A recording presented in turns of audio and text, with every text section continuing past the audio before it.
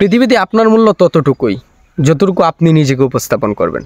বাবা তার সন্তানকে একটি রুমালে পেঁচানো পাথর দিয়ে বলল, তুমি এটা বিক্রি করার চেষ্টা করো। ছেলেটি তার বাবার কথা মতো এই পাথরটি নিয়ে বিক্রি করতে গেল একটি বাঙালির দোকানে। বাঙালির দোকানদার সে পাথরটি দেখে বলল, তুমি এটার বিনিময়ে 500 টাকা পেতে পারো।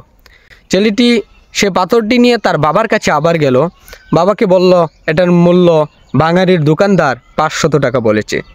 বাবা ছেলেকে বলল, তুমি এটা আবারও বিক্রি করার চেষ্টা করো অন্য কোথাও। ছেলেটি সেই পাথরটি নিয়ে গেল একটি মুদির দোকানে। মুদির দোকানদার সে পাথরটি দেখে বলল, তুমি এর বিনিময়ে 2 বস্তা চাউল পেতে পারো।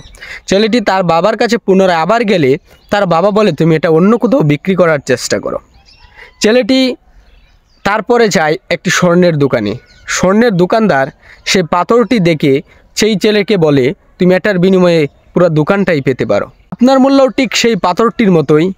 আপনি নিজেকে কোথায় উপস্থাপন করছেন, কেমনভাবে উপস্থাপন করছেন, ঠিক সেরকমই আপনিও আপনার মূল্য পাবেন। ভালো থাকবেন, আবারও দেখা হবে অন্য কোনো ভিডিওতে।